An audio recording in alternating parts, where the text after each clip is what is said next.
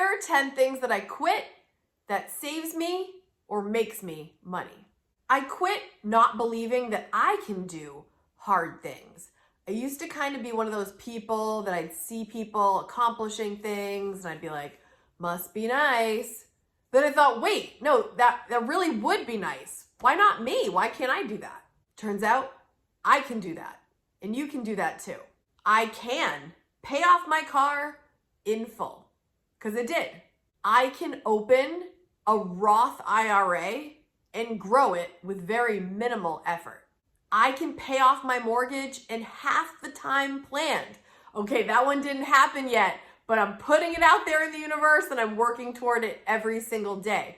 But at first I used to think that's something I couldn't do, but now I fully believe and I know I can.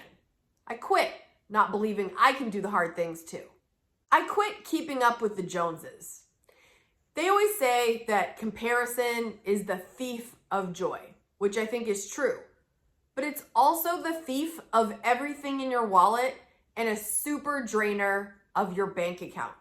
Look, nobody cares about what you look like more than you. Everyone's just worried about themselves. There's this quote that I think about so often. It's by Jim Carrey. Jim Carrey said, I think everybody should get rich and famous and do everything they ever dreamed of so they can see that it's not the answer. In the end, you going broke to appear rich is just gonna do you harm. I really do wish that I could talk with Jim Carrey and have a deeper conversation about what the answer truly is. I am going to guess, I don't want to guess too far, that he's going to try to explain to us that all that flashy lifestyle in the end is not going to make you as happy as you think it might. But I still want to hear more. But in the meantime, let's move on to the next one. I quit not being prepared.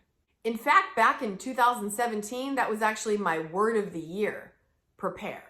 I also love that saying, if you're always ready, you never have to get ready. Kind of like how I feel about my home right now. You guys know I'm in the middle of a massive declutter and I want my home to always be in good shape so I never have to scramble to have guests over and have to panic before anyone comes over that I need to get ready. I feel the same way about my finances. I worked really hard to pay off the car so I didn't have any more debt. I built an emergency fund so I don't have to panic if something happens. I started investing in my future so I'm prepared for the future.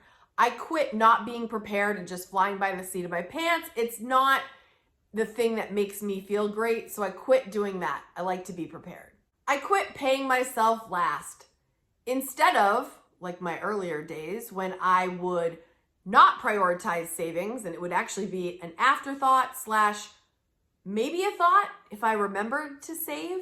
Now it's a priority. I pay myself first so that I don't forget that part, because that part has really been effective. So of course you want to cover all your essentials, all your needs, and then if you can just chunk out some of the savings before you get to your wants, you're going to get to your savings goals way faster. I quit wasting so much time. I have gotten so much better with my time management. I've shared my time blocking video with you, but over time, I can fit so much in a day and get it done well by not wasting time on the unimportant. I could sit in front of the television for hours and hours watching Dance Moms, reruns of Friends. But in the end, is that enjoyable? Sure. And am I still going to do it? Yes, but scheduled time to relax. And I'm going to use the majority of my time for things that are going to be more productive, that are going to make me money. Teaching my dance classes, which is also a fun creative outlet. Making YouTube videos that's going to bring in more income, educate the masses, hopefully, and bring value into your life watching this and all those that come over to the Kate Kaden community. I want to use my time in a way that's going to be effective and impactful to others instead of just wasting it all mindlessly scrolling, looking at things I don't even really care about. It just became such a habit. I could waste an hour on TikTok with one hand tied behind my back. Like, I get sucked in that scroll hole hard. Instagram sometimes too. So I have really limited my time doing that. I think YouTube is completely worthwhile. And I'm not just saying that because I have a YouTube channel, but I learn a ton on YouTube. And so I find that to be valuable. I get inspired. So everyone gets to choose what they waste time on, but I used to waste time on things that really didn't matter. And I have really come into my own on that. And instead of wasting my time, I make more money and I also spend it doing more quality things that really enhance my life. I quit staying up too late, especially on school nights. But in general, I used to be a night owl pre-motherhood. Like, could be up all night long. And my life was different. I had a different schedule, different jobs. It was a different life, right? But now, the way that my life is curated, if I go to bed too late, this is what I risk. I risk not being prepared for the next day. If I wake up and I'm in a hurry and I'm rushing around, more than likely, I'm not gonna make my lunch, so I'm gonna have to spend money on that. Maybe I will have to run out for coffee because I didn't have time to make that. I'm gonna actually cost myself more money by being in a hurry and not doing the things that are gonna save me money but also make my day smoother. I'm gonna risk being late for work. There is nothing that I find more irritating than people being tardy to school or late for work or late for meetings or late for anything. And this is something that I used to be guilty of nonstop. When I was in high school, I was the worst offender of wasting other people's time. I remember making plans with a friend once and told her to be at my house at a certain time to go out. When she arrived, I had not even gotten in the shower yet. I am mortified to even tell you that story because now I find it so disrespectful. This is a pet peeve of mine, can you tell? So if I'm late for work, that inconveniences those around me and makes other people work harder if I'm not there. Also, my work is better quality if I got a good night's sleep. If I didn't get sleep and I'm feeling like trash the next day, how good do you think my work's gonna be? Not very great. And I take pride in my work, doing good quality work. Another thing I risk, if I don't get enough sleep, sometimes I actually feel ill and get sick when I run myself into the ground, right? If I'm not doing my due diligence in getting my 7 to 9 hours of sleep, I can get sick. That's doctor bills. That's more time away from work. That's me feeling horrible. Just getting to bed on time and getting good sleep. I quit ignoring retirement options. This is my biggest financial regret of my life, not investing earlier. I did not understand what a Roth IRA was. I did not understand what a 401k was. I had never heard the term 403b, and I thought this was something that older people had to worry about. And I was very wrong. If I could go back in a time capsule, and I tell my son this all the time, invest early and the compound interest is magical.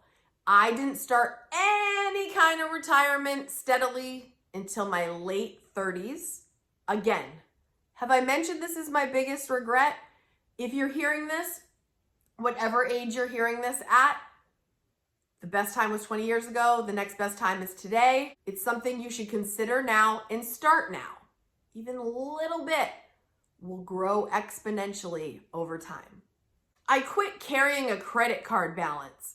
I pay my credit card in full every single month.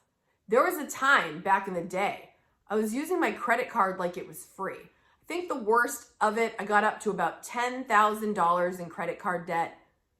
The interest rate was through the roof, and I don't think I really absorbed what that was costing me back then until it did kick in, what it was costing me. And then I worked so hard to pay it off as soon as possible. Like, so I had the minimum payment that I was doing for a little bit because I didn't realize what this was costing me. Then I remember doubling the minimum payment because I thought I need to pay this off faster. And then tripling, and then quadrupling. And then I was just throwing everything I had as soon as I could at that because I didn't want it anymore. And when I crushed it, I never went back.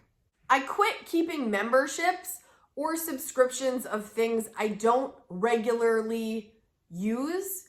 If you don't do this frequently, do a little clear out, go through your bills, see what you're actually using. If you're streaming like 5 different services, do you even watch them all? Do you have a gym membership that you've been paying for every single month for like 7 years and you never go? Just take a look. I encourage you, look through all your subscriptions, look through all your memberships, and also make sure you didn't do a trial membership for 2 weeks and then forget to cut it off and then you're still paying for that.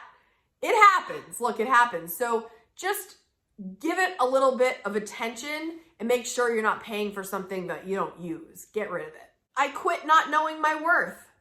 When I was younger, asking for money or proposing a certain salary when I got a job was super scary. Even now, like with YouTube things, when people ask me to do sponsorships, which you know I very, very rarely do, but asking for what I'm worth when it comes to that kind of thing, when I'm teaching choreography, asking what I'm worth for doing that choreography, teaching classes. Back in the day, it used to be something that I was a little bit more uncomfortable with, but now I know what I'm worth. And now I don't hesitate to say, this is what it costs for me to do this. And if they do not agree, you know, maybe there's a negotiation that's reasonable, but I'm not going to not pay what I'm worth for my creativity, my work, my efforts anymore. Don't fall victim to kind of like underplaying your skills and your abilities. Be confident in what you've got and ask for what you're worth. In my eyes, you're worth $1 million, baby. Now is your turn. Leave me in the comments one thing that you've quit that saves you or makes you money so the whole K-Squad can read through and get more ideas. Next, if you want to know, a list of things that I've completely stopped buying or at least drastically reduced, click on this video next. Thank you so much for watching. See you next week. Bye.